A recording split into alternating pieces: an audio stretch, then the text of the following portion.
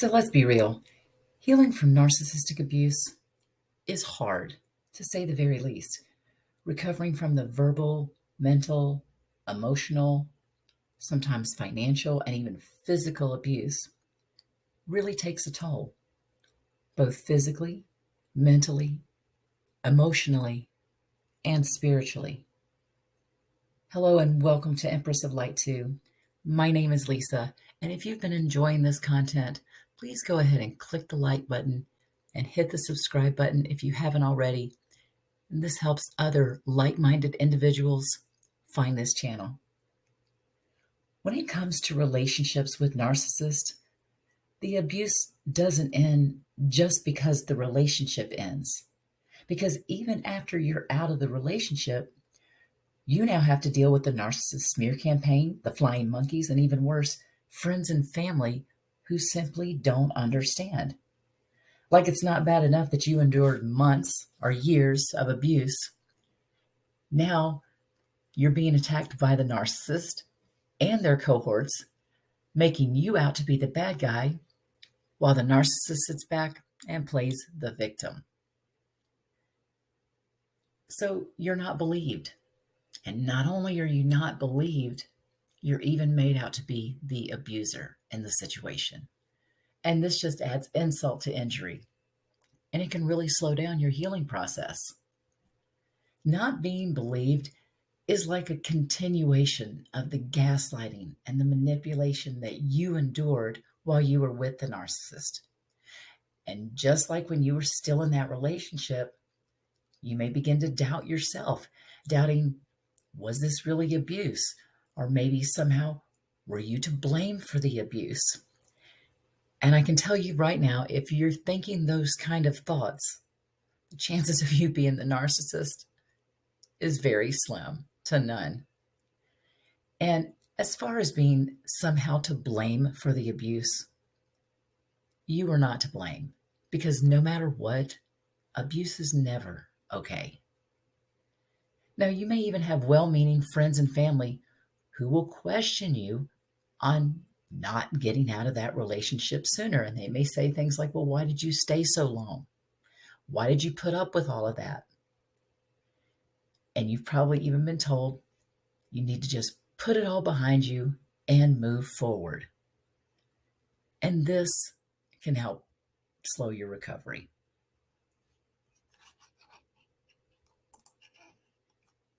And the reason this slows your recovery down is because now, instead of constantly explaining yourself to the narcissist, you're now defending yourself to others. And you're not only defending yourself, but you're defending your feelings. You defend why you feel the way you do and desperately trying to get others to understand. So keep this in mind. Unless someone has had the unfortunate experience of being the victim of a narcissist, they cannot understand. And it's not helpful to hear things like, I would have never put up with that, or I would never allow someone to treat me that way. Survivor, you don't need anyone playing Monday morning quarterback and evaluating you and analyzing your experience.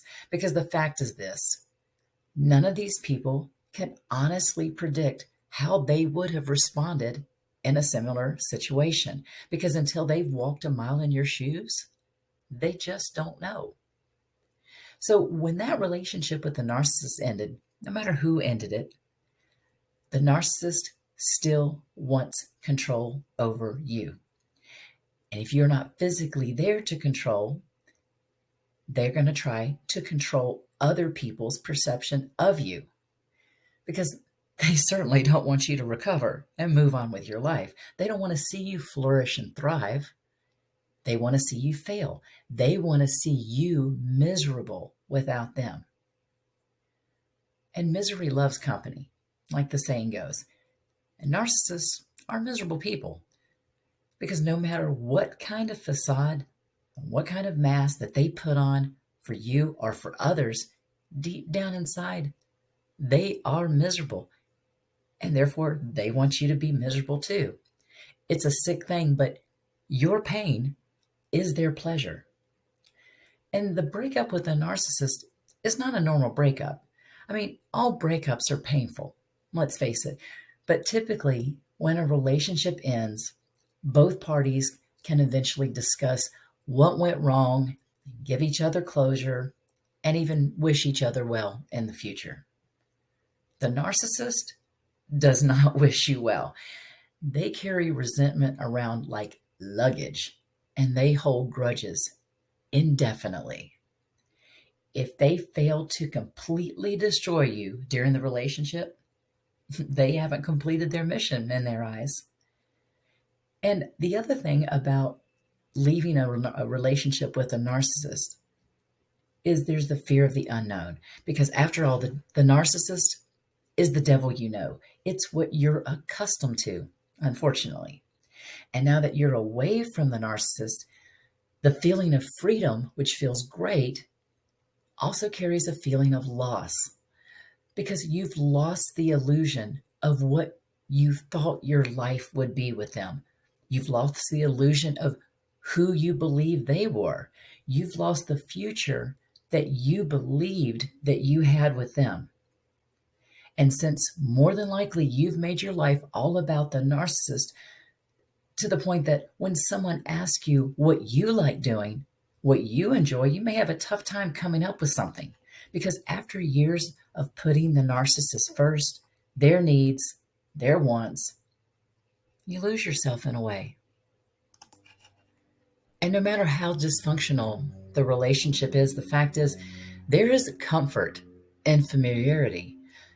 And now, post relationship with the narcissist, you're faced with confronting the unfamiliar. So you're having to step outside of your comfort zone in order to go from surviving to thriving. So the first step in breaking free mentally and emotionally from the narcissist is to go no contact. Going full no contact is the best thing that you can do for yourself in your healing. Now, in cases where you cannot go full no contact, such as you see your children, you need to go low contact or limited contact, as limited as possible. So if you must engage with the narcissist, this is where you need to employ the gray rock method of respond, don't react. Basically just become boring, let them spew whatever it is that they want to spew, and whatever questions that they have or issues that they bring up that you have to address, you just address that. Leave everything else alone.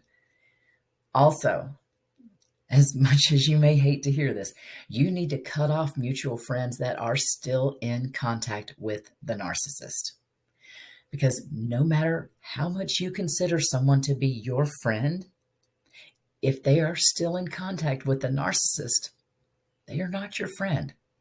If your friend wants to stay in contact with your abuser, they are basically telling you that they don't believe you. Cut them off. Now, having someone to talk to about your experience is therapeutic, but make sure you talk to someone you trust. And this can be a friend, but preferably someone who doesn't know the narcissist or doesn't know them well, doesn't spend time with them. And talking to a therapist can be beneficial. I'm going to preface that by saying, as long as you have a therapist who actually understands narcissism and is not just following whatever that they have studied on the subject, because there is such a thing as having book knowledge on a situation, on a topic, and having that experience. They are not the same. And remember this, any contact at all that you have with the narcissist is likely to trigger an emotional response within you. And this is one of the biggest reasons why no contact is so vital for your recovery. So you want to stay off of their social media, stay off, resist that, and block them across every platform. Block them from calling, block them from texting. Get rid of anything that reminds you of them, especially cards, letters, emails, and gifts.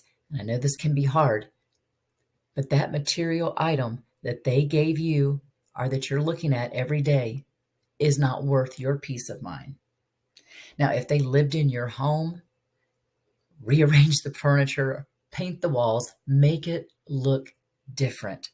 Make it look different and feel different than when the narcissist was there with you. And another thing, stay away from the places that you went together if you're still in the same town. And so if you're going to still be in the same town as that narcissist, this is going to include places like restaurants, gyms, churches, etc. And I know that sounds like a lot of effort. However, it reduces your chances of running into the narcissist. And you really don't want to run into the narcissist, especially in the beginning days. Do yourself a favor and do not date or get into another relationship too soon after the narcissist. Dating and relationships in general are almost guaranteed to be a trigger. Now, many survivors jump into dating way too soon, and either the new love interest is going to do or say something that reminds you of the narcissist, and this will certainly trigger an emotional reaction from you. Or even worse, you run the risk of sliding right back into yet another abusive relationship if your healing is not complete. And a lot of people get into relationships, number one reason, because of loneliness. Now, loneliness is a normal part of recovery, but remind yourself of this. You were lonely when you were with the narcissist. You were lonely when you were being gaslit, devalued, and validated, and purposely misunderstood. You were lonely when you were being given the silent treatment. So now is the time to practice self-care. Something you probably never had time for while you were in the relationship with the narcissist. So redirect the energy that you were putting into that person and that relationship and focus it on yourself. Look, rebuilding your life after narcissistic abuse is challenging and it's scary. And you don't have to figure it out all at once. Take it day by day. Every day, try to do at least one thing that aids your healing, whether that's something physical, which is highly recommended, like taking a walk or any other form of exercise. It has been proven that exercise does alleviate depression. It does make you feel better and it's healthy. So it's a win-win on all sides. Also, soaking in the bathtub with some bath salts, using Epsom salts. That helps calm the body, therefore helping to calm the mind. Put on some music that you like and sing along, dance around your house. Look, music is highly therapeutic. It raises your vibration and it helps reduce obsessive thoughts. Another thing that I highly recommend, write in a journal every day. Write down your thoughts and your feelings on paper, the dreams that you're having at night. I mean, because many of us have, terrible dreams or nightmares, night terrors. Write those down. This is so helpful. And when you write it down, you're sort of getting it out of your system. And as you go back and you look over the things that you wrote in the past, you will actually see how far you've come and how much your thoughts have changed. Meditate every day. Also pray. You can do both. I definitely recommend both. This helps so much. And personally, prayer and meditation help me more than anything else. And so I'm actually going to drop the playlist for meditations and self-care at the end of this video. So you can check that out if that helps. And look, survivors, trust and believe you can get through this.